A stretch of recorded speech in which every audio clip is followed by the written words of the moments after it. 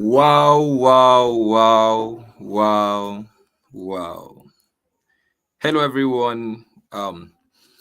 Good morning, good afternoon, good evening, whichever part of the world you're joining from. Very excited to have you today in our Friday hack session. Every Friday, we come together to discuss thematic sessions that have to do with our model and our vision at Indaba Global.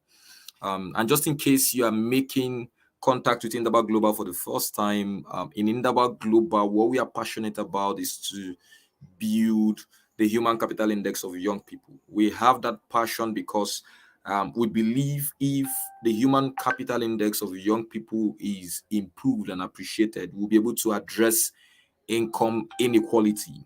And when we address income inequality, there will be a ripple effect in the economic development of emerging economies. Nigeria is an emerging economy, and one common thing about emerging economies is the fact that they are powered by young people. They are dominated by young people. Over 70% of Nigeria's population, are young people. And what we are doing is to see how we can build the human capital index of young people in emerging economies. And we have three approach to this. One is access to opportunities. Second is helping them build sustainable ventures.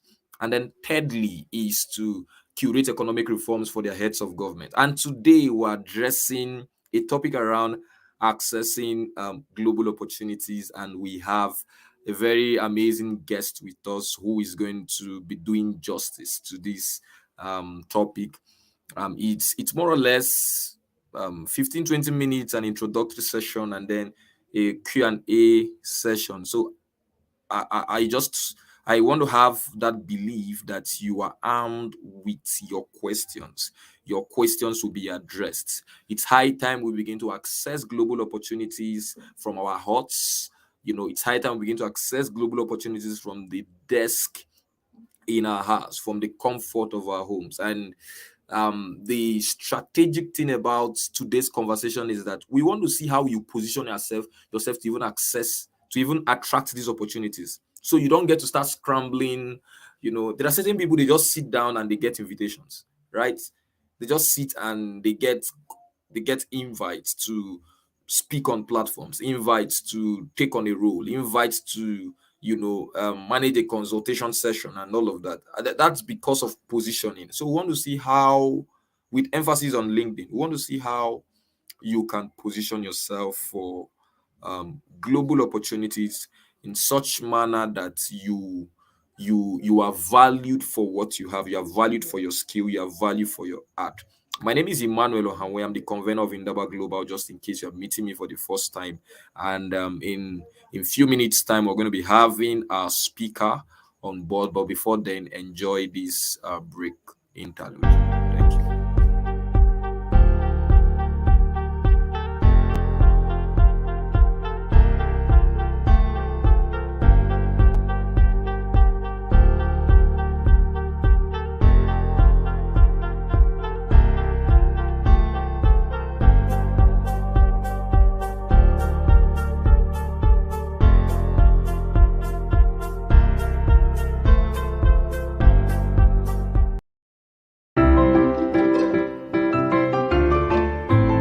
Emerging countries power global economic growth.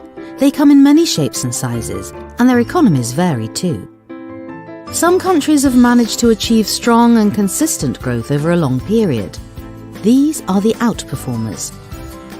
The McKinsey Global Institute examined 71 emerging economies and found that only 18 of them managed to outperform. 7 of them did so over a period of 50 years, achieving average annual GDP growth of at least 3.5%. 11 are more recent outperformers, averaging 5% annual GDP growth over the past 20 years. These 18 countries alone lifted about 1 billion people out of extreme poverty in the past 20 years and nurtured an emerging middle class. 2 factors explain their success.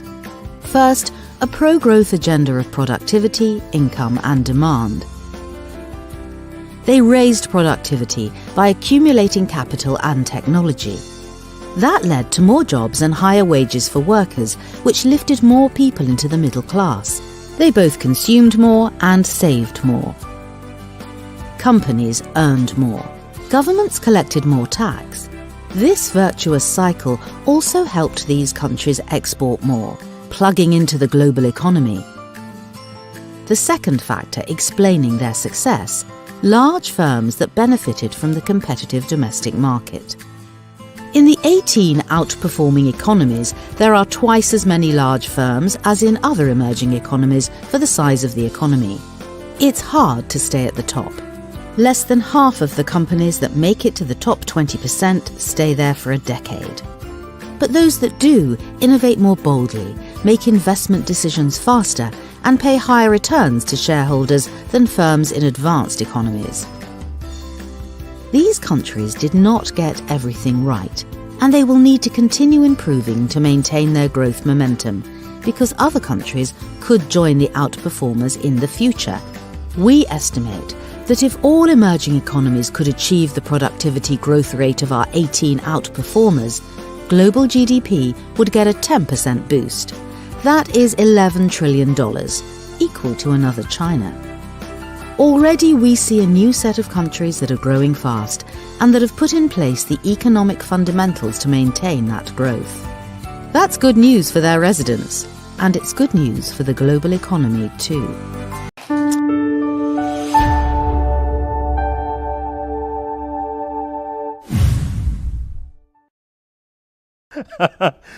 Hey friends, this week's random music.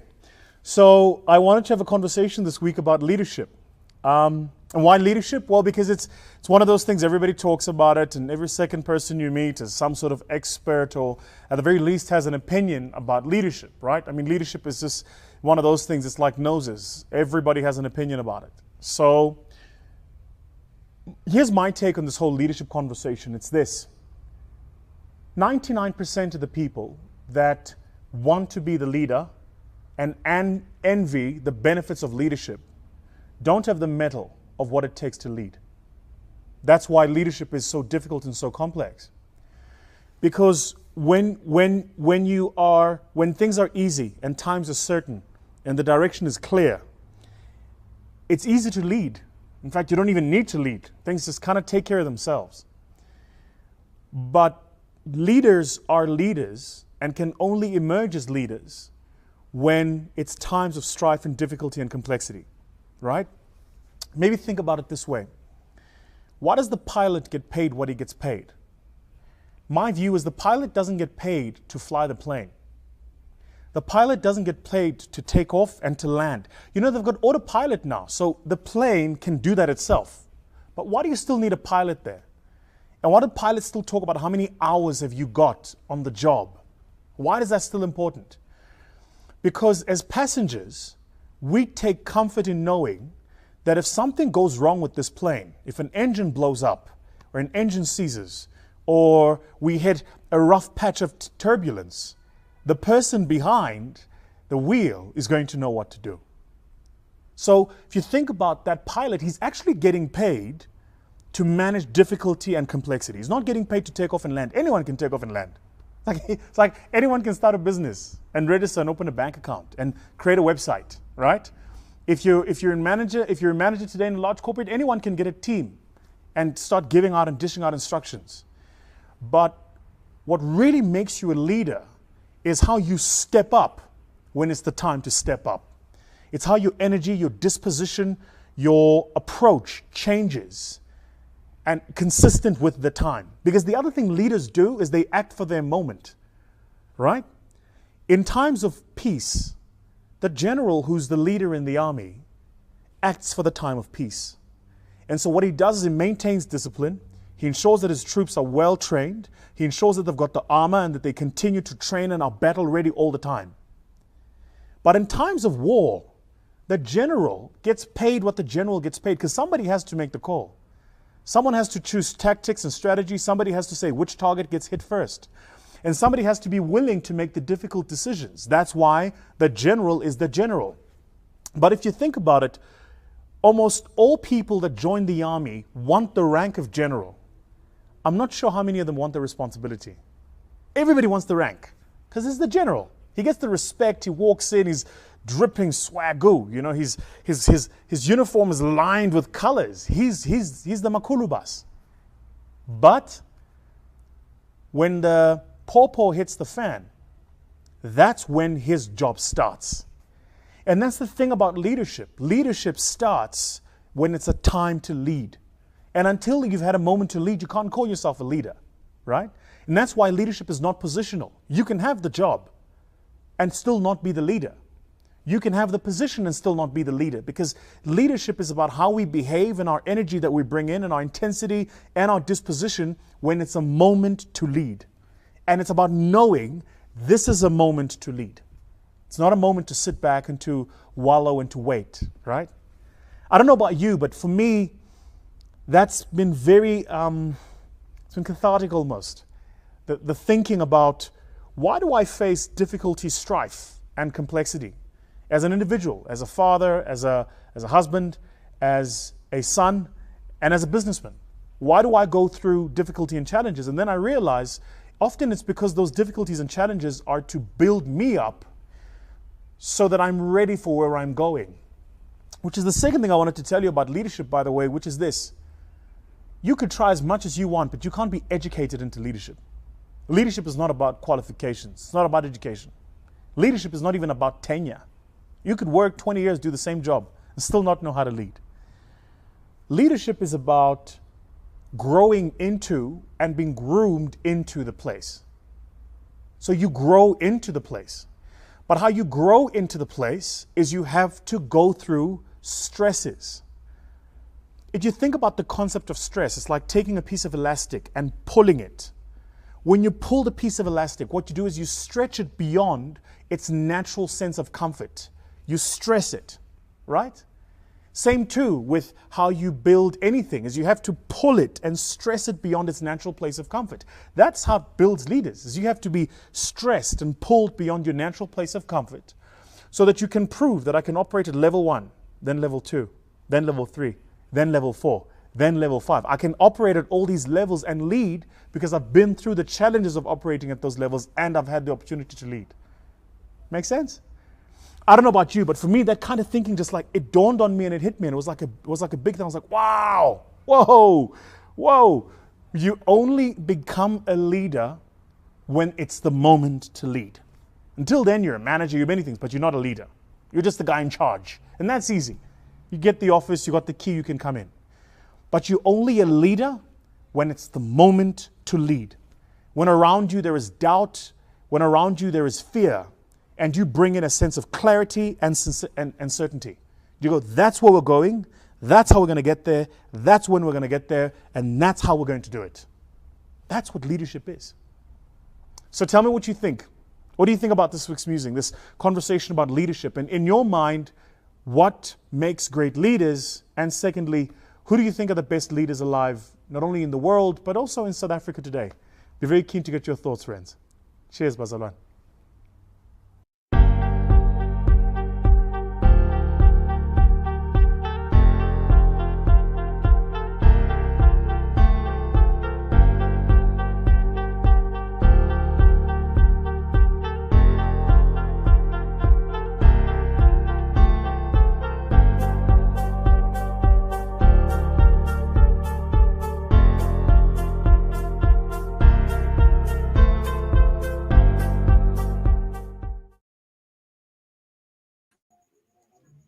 Oh, wow. Yeah, so you're welcome again to the Friday hack session of Indaba Global. Excited to have you here. Tell us where you're joining from. I can see some people making mention that they are joining from Kwara State. Could see Lauren. You're welcome, Ufaro now. Welcome, Efe. Please do well to share the link with your friends. Do well to share the link with your communities, your groups. Do not sit here alone and enjoy what we're about to dish out. What we are discussing today is accessing global opportunities. So we've come to realize that you could actually attract, when you are well positioned, Now, emphasis on being well positioned. So if you're well positioned, you could attract opportunities. And we're speaking about global opportunities, because the truth is what you are made of is not just for your community in Makoko, it's not just for your village in Tudunwada, right? What is embedded in you is actually for the global community. But then you can't just get the attention of the global community if you are not strategic, if you are not well positioned. And so today in Indaba Global Friday Hack session, we're going to be discussing how do we access global opportunities, with emphasis on LinkedIn. And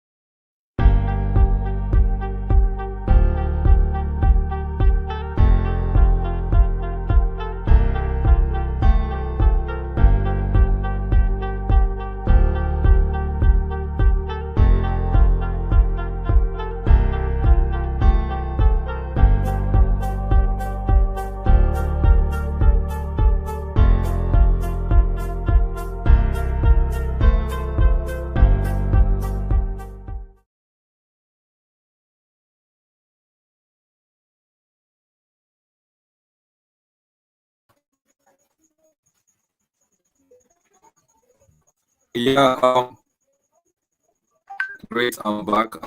Apologies. That was a network glitch. I had a bit of network glitch. But we're back now. I mean, the Nigerian factor, the third world factor. And we hope to get better infrastructures that can help us carry, sessions of this kind that is blessing people all over the world. Apologies for that glitch or bridge in network transmission. Yeah, so I'm going to be bringing up Testimony Adebiyi, Testimony is an amazing young lady who is leading impact, in her community, and someone who has Testimony is an influencer, and I hope she doesn't dispute that.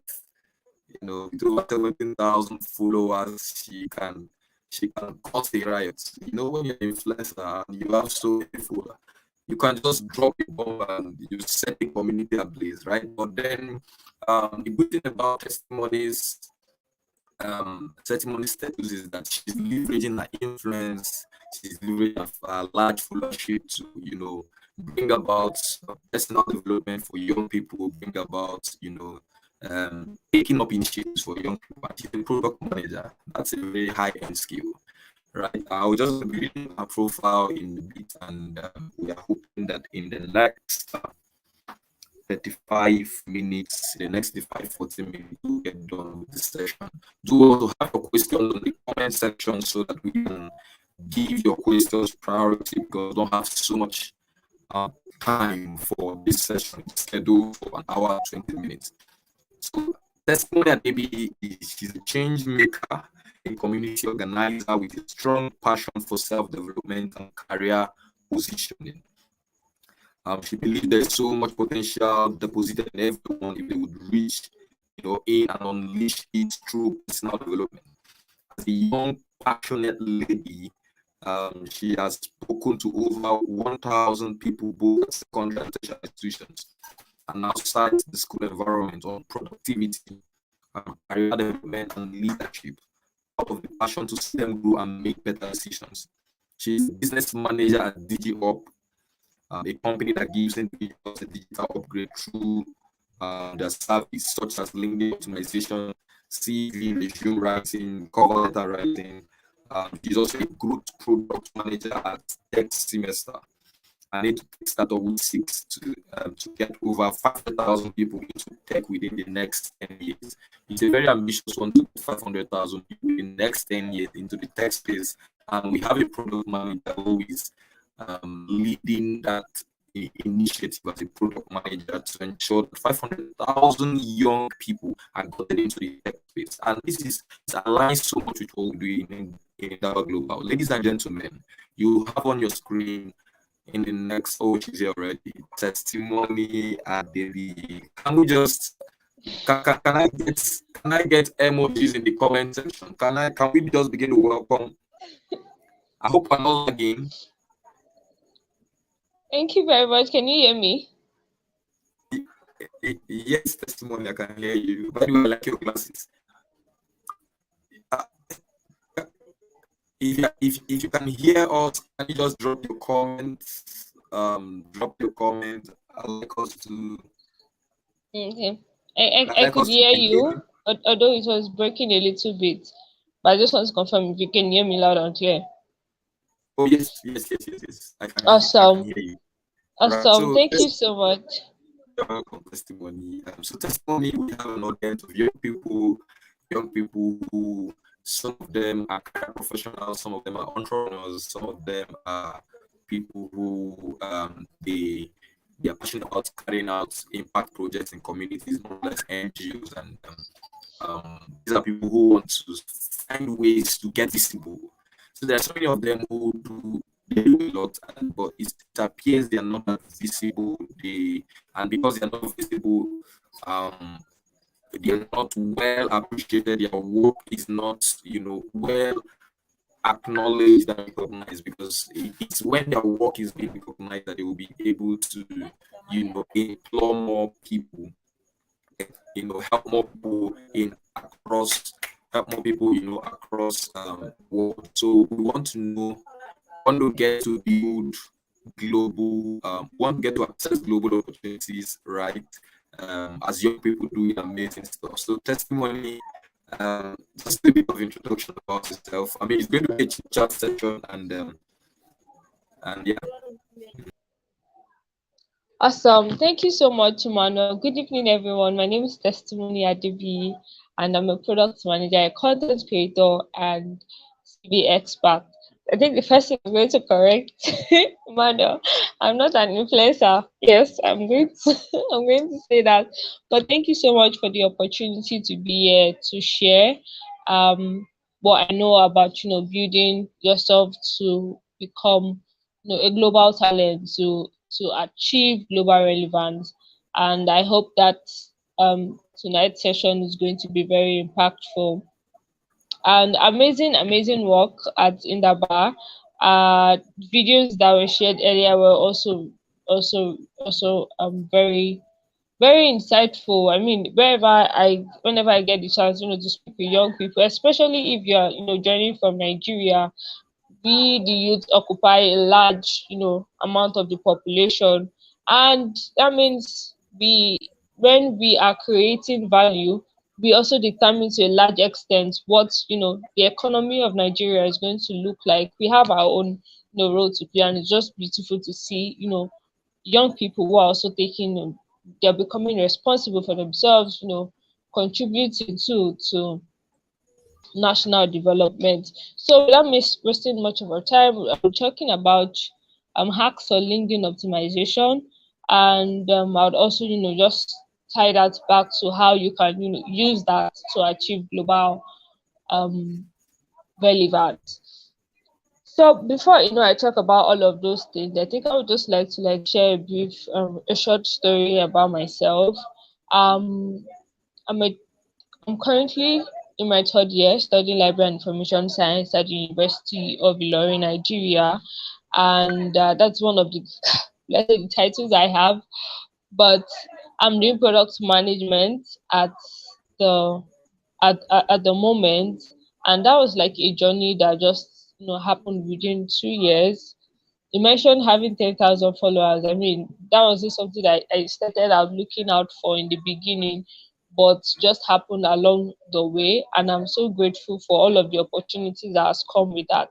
So a little backstory of how I went from that to this, right? Um, I was seeking admission to study mass communication at the same University of Ilorin, and in some of our language you say jam me. Okay, jam me. I did not fail. I did not fail, but I was not given admission. I passed through well. So I was not given admission. So that happened and I reapplied again, and this time I was given library and information science. And the year after I finished secondary school, I did not take jam. So that means I'd already lost like 2 years already. So I had no choice than to just take it and see how that goes. I was also planning to just switch back maybe in my second year to mass communication. And I got into the system and I said, okay, what's going on here? Then hustle, then COVID happened. Then someone reached out to me, a friend, we reconnected, and the question was like, oh, what are you now doing? And I was like, oh, I'm doing library information. So, oh, okay, cool. So after 4 years, what's going to happen to you? I was like, okay, I think I'm going to, go back for mass communication. So why not find out what's happening, library and information science? And I was like, okay, how am I going to find people that are in this space that are already working? And that's how he introduced me to LinkedIn. Oh, this is like the community of professionals. Everybody's just there, look for whoever you're looking for and just, reach out to them and talk to them. And I think that was like a breakthrough for me, asking questions like throughout everything. Like if you don't take anything from this session, like you can never go wrong by asking questions. Curiosity is what would keep you long in the game. If you are gunning for the global stage, curiosity is like, let's say you should carry it on your head, right? So I got there, started asking, looking for people in my space, Liberians, within and outside Nigeria, right? So I'll check the one that went to maybe the University of Lagos. I'll check for Liberians working maybe in Abuja. Check for Liberians working in US. Check. I looked at these two sides. I asked the one in the one that studied in Nigeria, the one who's working in Nigeria, and say, okay, what are you doing as a librarian? What do you do and all of this? And I saw that yes, it's a good cause outside the country. This the way it was for them is different from the way it was for us in Nigeria. And I was like, okay, what's going to happen? Do I want to, become like the Nigerian standard? Do I want to go for the global stage? So I made both options. I was like, even if I was going for was preparing myself to be an international talent. That means when I'm finishing school, um I'm not just the librarian talent for Nigerian libraries, but I could also work in the library outside Nigeria. What are the things that I could go into, right?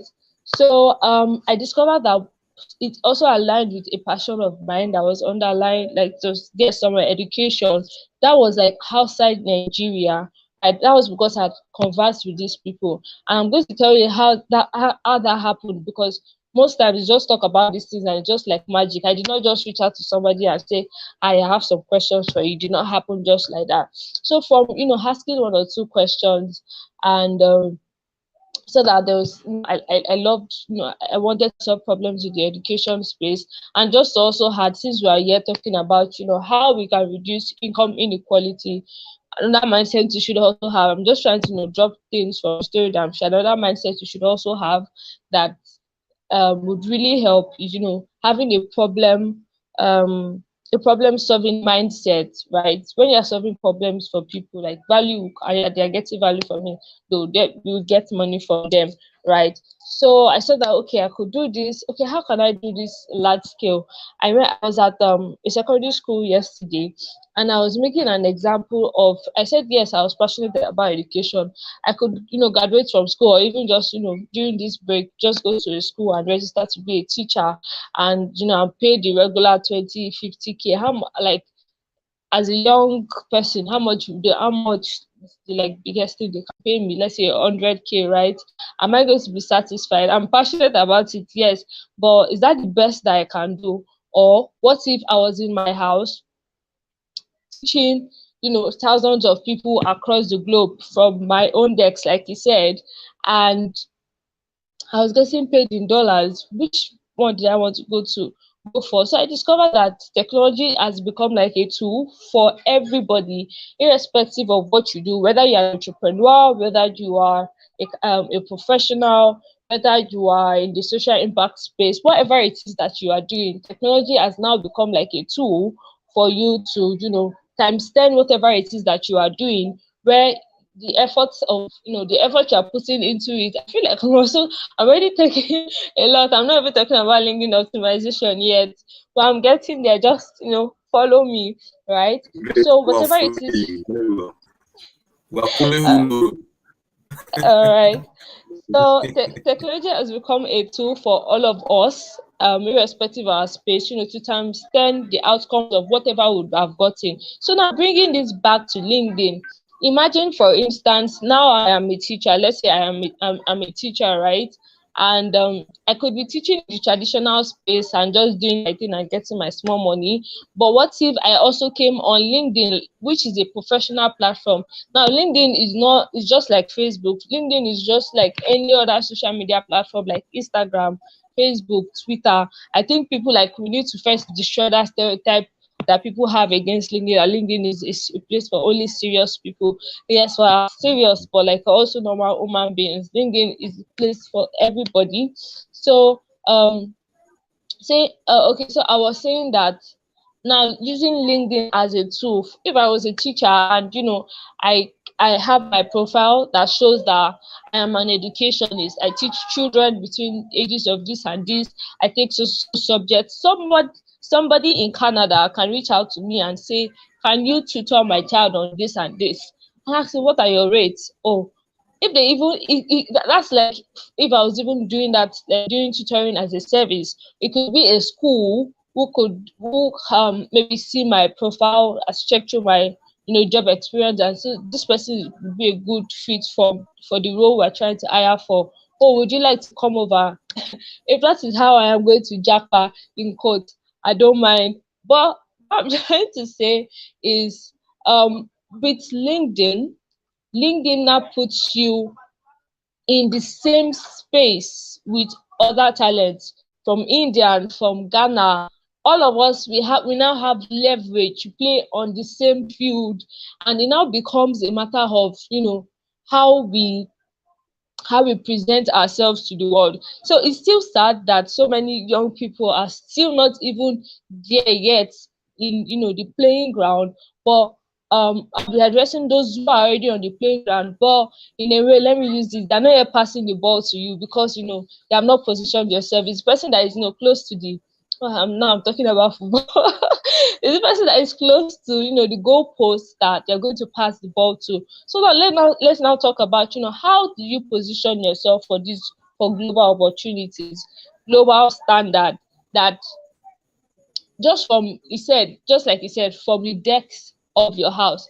How do you, instead of also, you could also do the active applying, but you also want to get to that stage where you're able to pick between, oh, I want this, I don't think this one works for.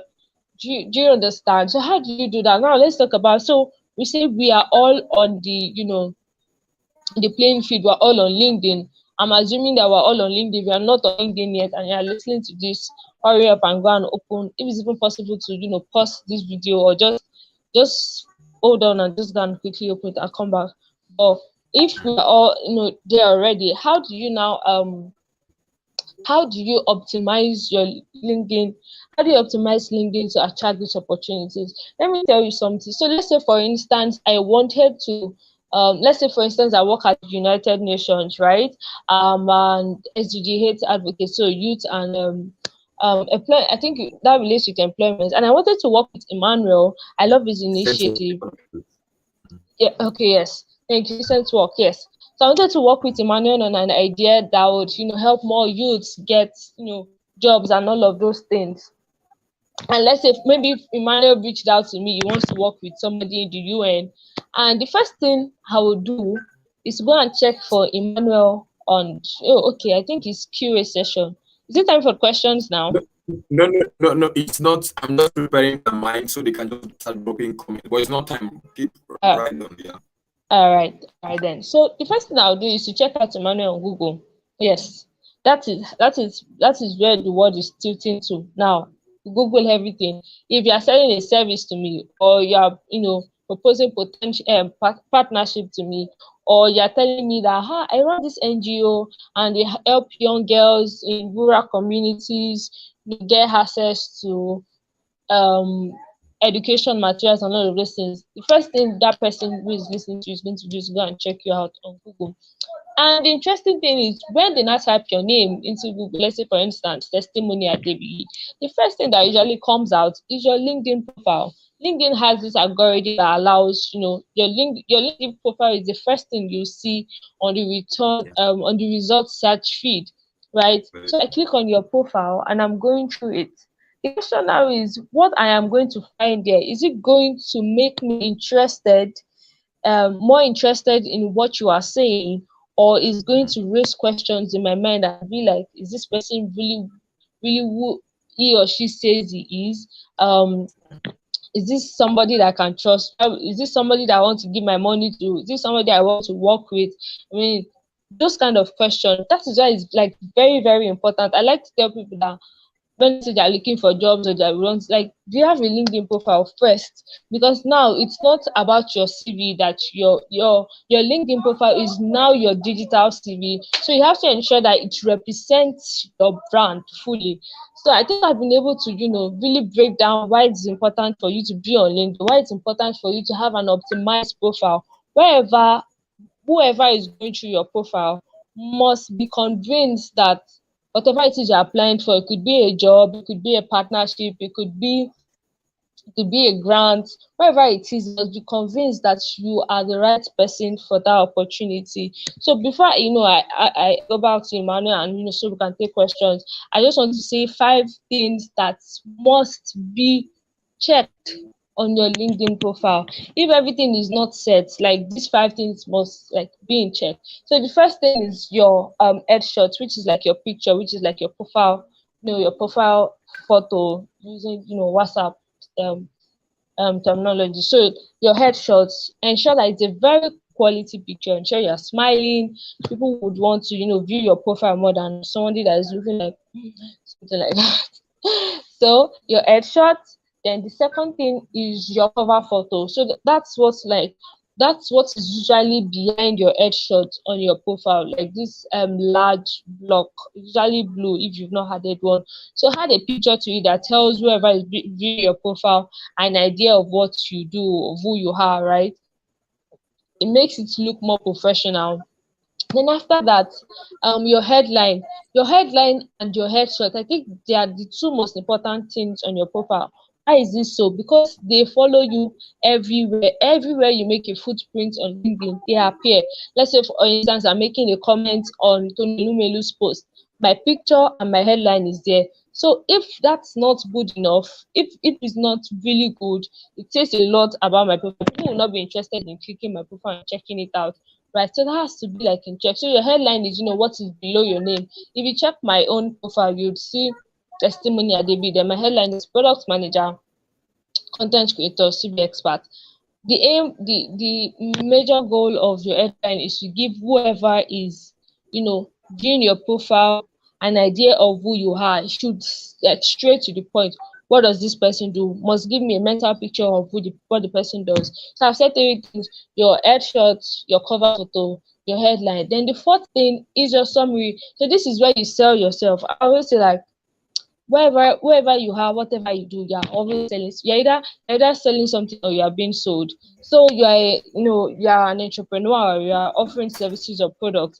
If you're in the corporate space, you are offering um the skills, your time as a service to a company, right? You're selling something. Yeah, I don't want to say selling yourself, but that's what you're selling. If you are in the social impact space, I mean, yes, we want to, make impact, but we're not after the money. But we need money to make impact, to be very honest. We need money, we need visibility if we're going to get money for all of these things. And there are even some grants nowadays that, they ask you for your social media profiles, just cross check um who you are and just confirm, right? So this your summary is what determines to a large extent the impression that the reader is going to have. This is where you get to sell yourself. So there are, like, I think, four things that must, like, be clearly stated in your summary. What you do, your experience, your achievements, your contact address. Just ensure you sell yourself. There are different ways to write your summary, but the main point is, after I read your summary, I should be able to say, this is what this person does, this is what this person wants, and this is how I can reach this person. Simple as ABC. So then the last one would be your work experience. So showing, putting your work experience, like places you've worked at, what you achieved in this role, gives your profile more credibility. At least they can link you to somewhere you've worked before. They can see, okay, she says she's a product manager. Where has she worked before as a product manager? She says she's a content creator. Has she worked where? Oh, she has worked here before. Okay, this is what she did here. This is what she did here. Oh, okay, cool. Yeah, awesome. So it gives you more credibility. And once those are like the five major things that must be in check. If if if you feel like you don't think your profile is um giving what it's supposed to be giving, go back and Great check. one, testimony. Can you hear And me? yes, I can. So You've go back and check. Yeah, check these five things, and be sure that your profile is optimized. So yes, thank you so much.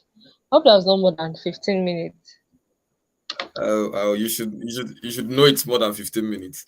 Thank you, testimony, for taking our time to really, you know, talk about LinkedIn optimization, because the truth is the LinkedIn platform is so, like, if I can use the word, weird from other, when you compare with other platforms. For example, it's easier to get likes on Instagram. It's easier to get, likes on Facebook.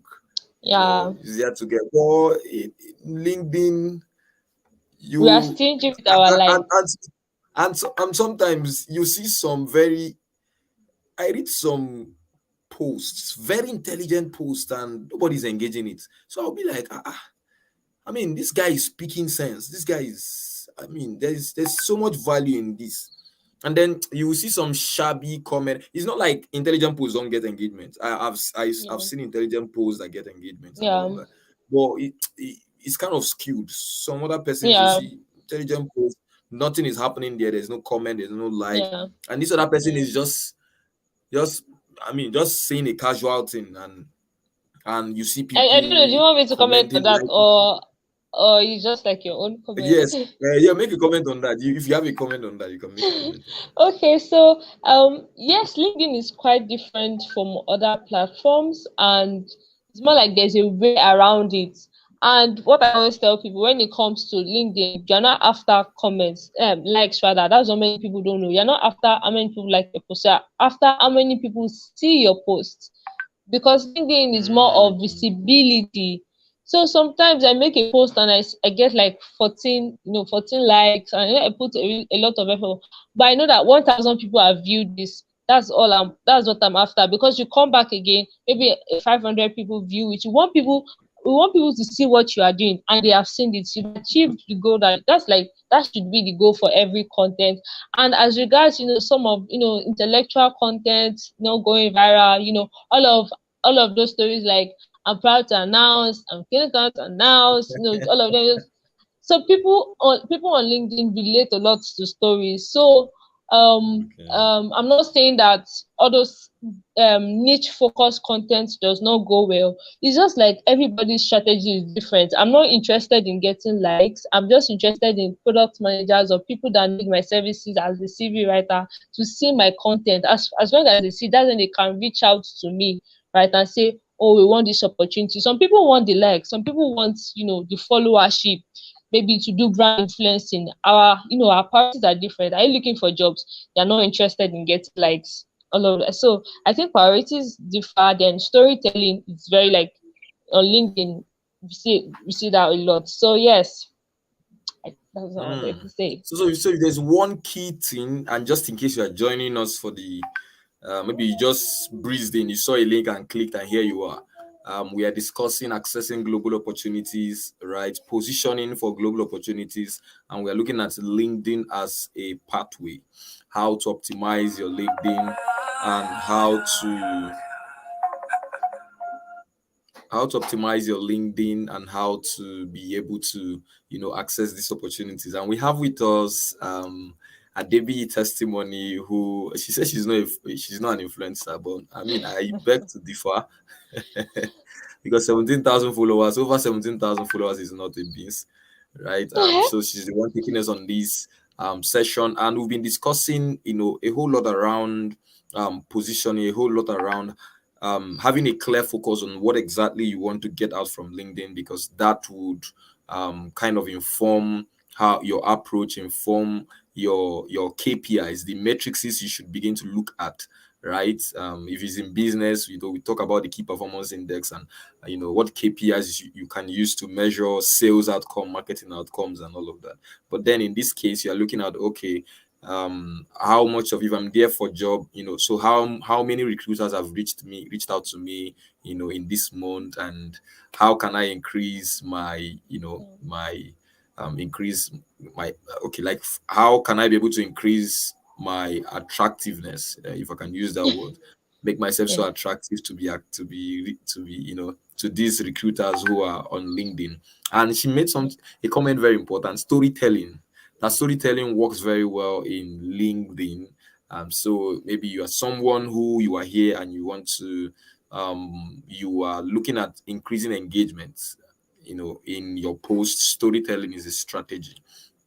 So testimony, aside storytelling, is there any other trick or strategy to increasing engagement, increasing, followers and all of that on LinkedIn? Because I also feel that when you have, I don't know, I could be wrong, but I also feel that part of what people who might want to reach out to you, part of what they use as credibility indicator, part of what they use to say, this person looks a bit credible, is maybe how much of followers you have, because to an extent they look like, oh, if 10,000 people is following this person, it means that this person must be doing something right, and this person is actually a human being, and this person is what he or she says he or she is, right? So two questions. One, do you think little followership, like a Followership. very, yes, a very humble followership, can deprive Yeah. one opportunities? That's one. And then Mhm. secondly, aside storytelling, are there other strategies to increasing engagement in LinkedIn, as it were? Thank you. Awesome. Awesome. So, the first question on followership, I would say no. I would say no to that. And like I said, people's priorities are different. Some come for, if you're looking to go into brand influencing, followership is something you should pay attention to. If you are looking to build visibility, followership now becomes like a bonus, but that's not you want. You want reach, you want quality connections, you want to build, like I said, quality connections. You want to know the 1% of the 1% in your industry, so that when there are opportunities, they know who to go to. So I might not know, I might not like a million people might not follow me because I don't need them. I just need a few people to know that this is what I do, right? So followership, I mean, I've seen cases of people that they have less than 3,000 followers and they are closing in on deals on a steady. So I think it also depends on your on what you do. So I know a lot of people in the tech space that don't have to, post a lot, don't have to tell all of those stories. They have their portfolio solid. They have it represented on their profile, right? They can have just like 1,000 connections. What they just want to focus on is, are they connected? Let's say for instance, I'm a product manager, and I'm telling you something that I'm doing at the moment. Am I connected to product managers in companies I want to work at? So when I'm connected with these people, they are the ones that will see my content. They are the ones that they know that I'm connected to each other. If there's an opening in their company, they will know, oh, I think this testimony, because they've seen my name. So I'm also going to come to strategies for that. So this is to say no, because like, see, followers is just more like it's a vanity metric. This is it's a vanity metric. So when I say 1,000 people view my profile twice a month, how many out of that 1,000 people reached out to me to say, oh, I'm Mm, interested in your service, or I want to give you this job. So yes, having, because you can even have a lot of followers and you're not getting engagement on your posts. Number of followers does not determine um the number of engagement. So I have this session I have on Mondays, and the person that joined has like over 53,000 followers. And he said that before he had 10,000 followers, he made a post that went so viral, like he had a lot of views, that even now that he has 53,000 followers, he has not hit that number of views. mm, So you think that, oh, you have this number of followers. So that is to say, you have to be strategic about it. Are you connecting with the right people? Are the right people seeing your content? If you're the kind of person that um let me use myself again. I'm a product manager, and the content I'm putting out is only motivational people that are seeing it. Motivational people will not give me job. So if they like, they should engage it. Those are not the people I'm looking for. So you have to also be careful. The people that are following me, are they people? As I said, quality connection. So quality followership too is important. And but I say followership can now be a bonus, because when maybe a motivational person now likes it, the network of that person also sees my post. So who knows? Maybe my next employer is in that person's network. So you also have, like, in business, this is where they say your customer is different from your consumer. So, like, the person that is going to give me a job is my customer, is the person I'm looking for. The person that likes my post may not have a job for me, but that's a consumer of my content, consumer of whatever it is I'm offering, but it's not my customer. So that person can also help me to reach my customer that I'm looking for, just like they're helping me to spread my gospel, something like that. So it is not it is not an indicator, but it could be a bonus. It could be a lifter, but it is not. There are people not even making noise about it, but they are closing. I'm telling you, they are closing deals on a steady, right? So to the second question, strategy. So on LinkedIn, so it's not really about it's not about noise. If you know what your priority is. Let's say for instance, I'm not actively seeking for a job, but let's say I'm looking for a product manager job. How am I going to go about it? I'm going to look for, this is very practical, I'm going to type product managers. If I have a company in mind, let's say I want to be, very ambitious, and I say Google. I check for product managers that work at Google. You can like, that's how beautiful LinkedIn is. You can literally check these people out, see them connections. Once they accept my connections, hi, Mary, my name is Testimony. Thank you for accepting my connection request. Blah blah blah. It's nice to have you. Full stop. Mary, who is a product manager at Google, makes a post tomorrow. I go there. Oh, thank you so much for posting this, Mary. I think when it comes to MVP, I share my ideas on whatever it is that she posted. She's like, oh, thank you for sharing this or adding this comment testimony. Next 2 weeks, makes another comment. This. Gradually, my name is registering in her mind, right? And I see that Mary is not the target. Working in Google is the target, right? I've already planted my name in her mind. When it is time for Google to hire, or I know that Google is hiring, I could go straight, apply, follow the due procedure, and I could also give myself a stepping stone. Sometimes it could be Mary that will reach out to me that Google is hiring. I see that you're a product manager. Are you interested in joining? She could reach out to me even before Google officially puts out, the advertisement that they're hiring a product manager.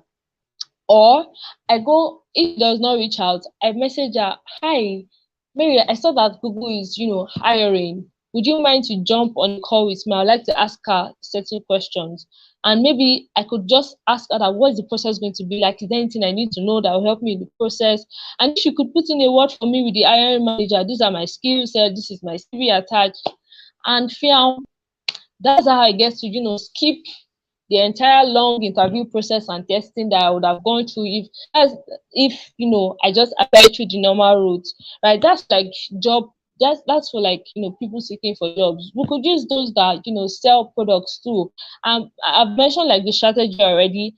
I look out for these people. I connect with them. I put my names in their mind. Like when they're thinking of product managers, I'm the first person that comes to their mind through how engaging their posts. Dropping insightful comments that shows my own expertise too, right? And they'll also be even tempted to come and check my profile too. Well, I was this lady that is usually saying all of these things. They say, oh, she's a product man. Oh, she has worked at this. Oh, she's skilled at this. Oh, this is what she does. Oh, okay. If they don't have an opportunity for me at that moment, they already have me in their mind. If they have, they will recommend to me. I mean, there was somebody that was, I think when I was in 100 level, there was a librarian in, I think, Ajayi Crowther University that, and this is also like a strategy. I just sent him a happy birthday, and he was like, oh, thank you so much, Testimony. Congratulations. I think I won an award at the time. Congratulations on your award. Amazing. They have an opportunity I'd like to discuss with you. Please call me on this number. This is somebody that will probably still go and do my IT under. So I called him and he said that they have a national conference for librarians coming up in the next few months, and they have slots for final year students that are librarians to come and present, to do presentations. Imagine, let's say I wanted to go into the library space. That's like an opportunity for me to connect with the top guys in that space. And presentation, I mean, that was huge. I was like, sir, sorry, thank you so much. I'm in another level. You could not believe it. But I was not aware of this opportunity. If I was qualified, I'll have gone for it. This is something that I'm sure even the final year students in my own school did not know about. So the opportunities can come knocking at your own door when you're not even looking for it. Your content is a lot. So yes, I hope I was able to answer those questions. Interesting. Thank you so much, Testimony. I mean, it looks like for this session, it's, I mean, with the way we are moving, it looks like we should. But then we'll Time. be drawing close. We'll be drawing our curtain. Yes, we'll be drawing our curtain. If you're still on the call and you have a question for our guest today, drop it in the comment section. We want to address your questions. The idea personal in addressing it, because for you, your challenge might be different from the, in that virtual seat. Your own challenge might be, maybe you are a job hunter and it looks like you don't understand, gave me this job. I'm glad. I mean, when you come to LinkedIn, there's always, I'm excited to resume, I'm excited to join, I'm excited to, people are sharing a lot of wins, and they are leveraging LinkedIn to actually, we oh, it looks like our guest network have dropped out. Yeah, so people are leveraging LinkedIn to be able to get these wins, but you seem not to how to use this LinkedIn to access these opportunities, and that is why we are having this discussion. Thank you, Testimony. There's a bit of network issue. She left, but she's joining, and I think she's here now. You're welcome back once again, Testimony. If you have questions, kindly drop the questions. I have my eyes glued on the comment section. Kindly drop your questions in the comment section, and we're going to address it a day, so you go and have rest for. And thank God it's Friday. Yeah, so tomorrow is not. This is how we spend our Fridays. We don't do all one day. Testimony is joining us from Lagos. We know. I mean, they are masters of Owambe, but then trade Owambe for this call, and we really appreciate. I mean, I'm not saying Testimony goes to Owambe, but I mean, this I go thing once in a while. Once in a while. oh yeah, once in a while, yeah. A lot of things to be here, and we really appreciate you, Testimony, for parting words for because what we do is beyond just the effect. We had our Indaba conference first, organize what we call the Indaba Global Conference, and since 1st October till now, we still get comments. They were so it was so valuable to what they do. We still keep getting registrations for Indaba Global Conference. Things like this, we are more compensated that is going to be hosted on a months, days, weeks to come. People will still access this video. Testimony Adebiyi, because I think there is more I need to get from her. There is more. You are watching the live session, or maybe you are watching the rec. You can do well to connect to Testimony Adebiyi on LinkedIn, and on. Have questions, do well to drop the questions. But just in case, if you join the recorded version of, that is the benefit of joining the live session. So but then, because there's no time, we need to end this thing in the next 5-10 minutes, 1 hour 20 minutes. So Testimony, do you have parting words for these young people who, and they also want to access global opportunity? What favors? Okay, can you just Yeah. in in your parting words, can you also talk about, like, LinkedIn algorithm? Because I get to hear people talk about algorithm. Lost a lot of strategies on how to access global opportunities. And earlier on, you have for global opportunities. But just in your parting words and coupled with any other, just um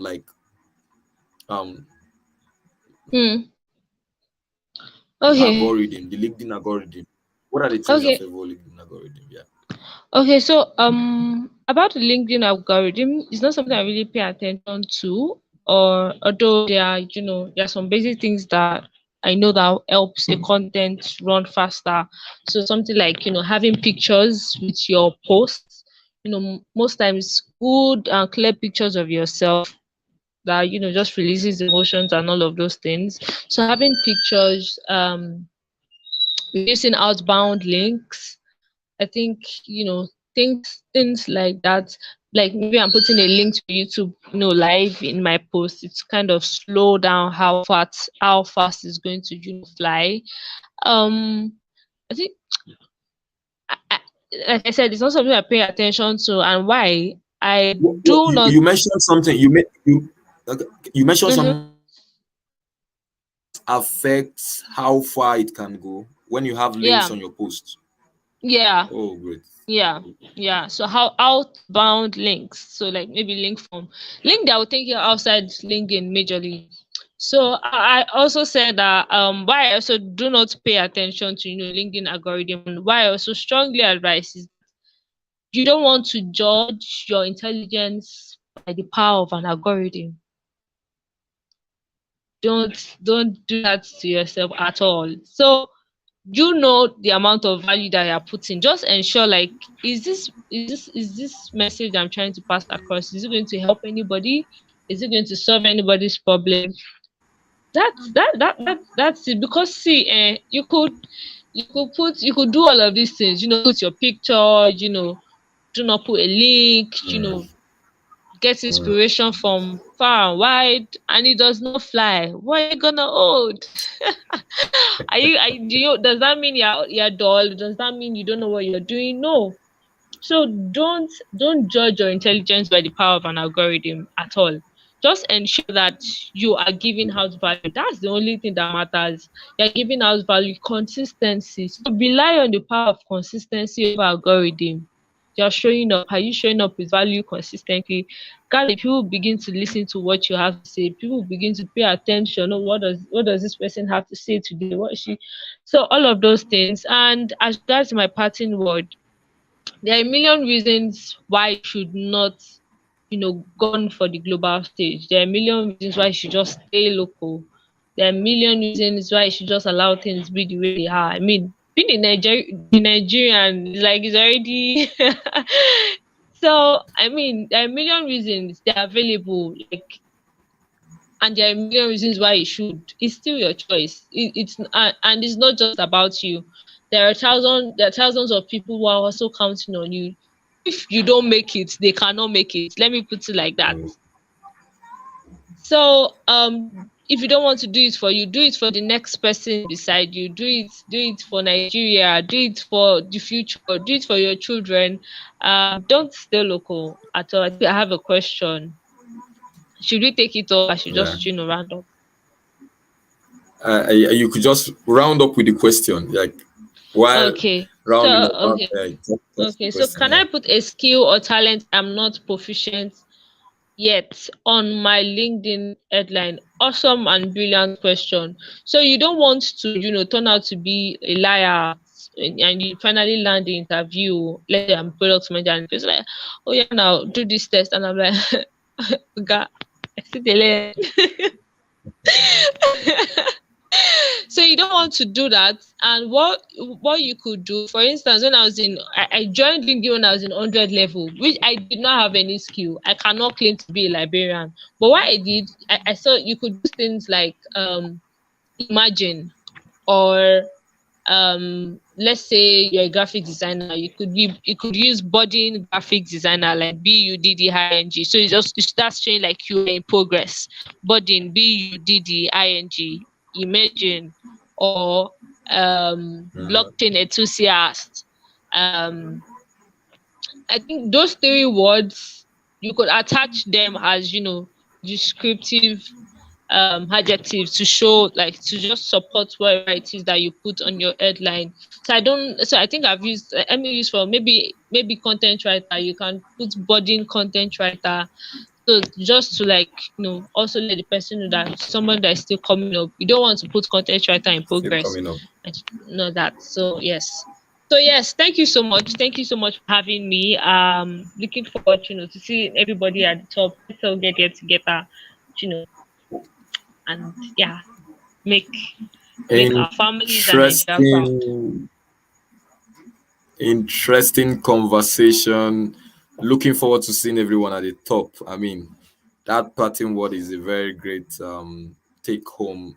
Everyone has to get the top is not crowded. That's because it takes you need to make um a decision to go to the top, and it's not like the beds of roses. It's not a walk in the park. She's made comments around having a craft that you so much, having a craft that you're consistent with your posting, and then you are very clear about the outcomes you want from LinkedIn. Thank you, Testimony Adebiyi. Testimony Adebiyi is joining us from Lagos, Nigeria. And Testimony is a product manager and our guest for today. She's discussed and taking us through how we can access global opportunities leveraging LinkedIn, and then how we can optimize our LinkedIn for global to attract global opportunities. Thank you, Testimony Adebi. One key sentence I picked out from her closing remark is that you shouldn't judge your intelligence with the power of the algorithm. That's a take back for me, and I think it should be a take back for you. Do not judge your intelligence by the power of the algorithm, because the algorithm in itself could be, it could be erroneous in a way, right? Yeah, so keep doing what you know how to do best. Keep being consistent and be intentional. She mentioned about being intentional in your networking, right? Because there are some of the followers you might have, they might be consumers, but then there are some people you need to tap from. There are some people you need to access that have the keys to certain doors that you want access. So be intentional about the people you connect with. You could have just 1,000 followers and you are doing it big in LinkedIn. Thank you so much, Testimony Adebi, and thank you for joining us. So Testimony Adebi will be going backstage in a jiffy, and in the next 3-4 minutes, we're going to share this duel to share it with your. So Testimony is out. I want to say thank you for joining. My name is Indaba, and I'm very volunteers to all the team leads who to make this, be do, and you who around, follow us on Facebook, join our group in Indaba Global. Is there's a statistics that the richest people in the world, the world wealth, right? You realize that the gap is pandemic, the COVID pandemic. It has widened the inequality. So inequality has become a very serious subject in the global space.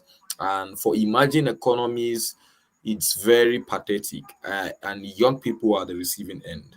And one way we are trying to help quagmire, if I can use that word, is to help them to build the human capital index of young people in emerging economies. We are focused on emerging economies because they get to when you talk about when there are fallouts, when there are disruptions, they are very much at the receiving end because they are developing, they are emerging, they are not yet developed, right? And young people power these economies. Over 70% of young people occupy these nations. So it means that there is no necessary development that will happen in these nations if young people are not included, if they are not empowered. And one of the ways we are doing it is building a human capital index. Human capital index is not a buzzword. Human capital index is basically how valuable are you first to yourself and then to the world. Because the very essence of existing in the world is that we have value exchange. So we're exchanging value. Somebody in Tanzania is able to exchange value with somebody in Mozambique, and somebody in Sri Lanka is able to exchange value with somebody in Tudunwada in Kano State, Nigeria. Right. So, how valuable are you first to yourself and then to the society? Right. And our strategy to that is to help young people, one, get access to opportunities, leveraging our BPO model, which is currently, at the very nascent stage. And then secondly is to help them build sustainable ventures. So when you start up a venture as a young person, we're able to help you incorporate sustainability strategies to that venture. And then thirdly is to help you curate economic reforms for your heads of government, because we know that your ventures cannot stand in isolation to government policies and reforms. And one way is to curate these economic reforms for your government, and then ensure that this economic reform supports your aspirations. Thank you so much for joining, and keep in touch with us on all our platforms. We'll keep you posted as we keep rolling out our different initiatives, programs, and products. So in a jiffy, we're going to be having a countdown, and after that, we're going to call it a day.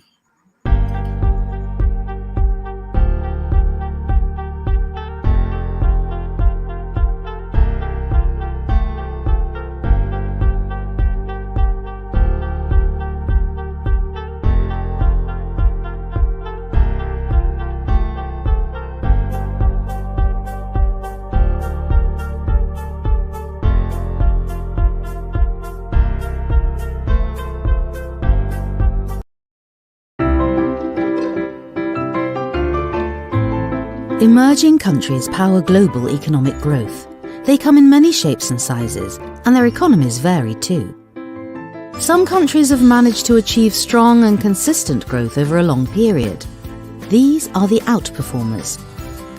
The McKinsey Global Institute examined 71 emerging economies and found that only 18 of them managed to outperform. 7 of them did so over a period of 50 years, achieving average annual GDP growth of at least 3.5%. 11 are more recent outperformers, averaging 5% annual GDP growth over the past 20 years. These 18 countries alone lifted about 1 billion people out of extreme poverty in the past 20 years and nurtured an emerging middle class. 2 factors explain their success. First, a pro-growth agenda of productivity, income and demand. They raised productivity by accumulating capital and technology. That led to more jobs and higher wages for workers, which lifted more people into the middle class. They both consumed more and saved more. Companies earned more. Governments collected more tax. This virtuous cycle also helped these countries export more, plugging into the global economy. The second factor explaining their success: large firms that benefited from the competitive domestic market. In the 18 outperforming economies, there are twice as many large firms as in other emerging economies for the size of the economy. It's hard to stay at the top. Less than half of the companies that make it to the top 20% stay there for a decade. But those that do innovate more boldly, make investment decisions faster, and pay higher returns to shareholders than firms in advanced economies. These countries did not get everything right, and they will need to continue improving to maintain their growth momentum, because other countries could join the outperformers in the future. We estimate that if all emerging economies could achieve the productivity growth rate of our 18 outperformers, global GDP would get a 10% boost. That is $11 trillion, equal to another China. Already we see a new set of countries that are growing fast and that have put in place the economic fundamentals to maintain that growth. That's good news for their residents, and it's good news for the global economy too.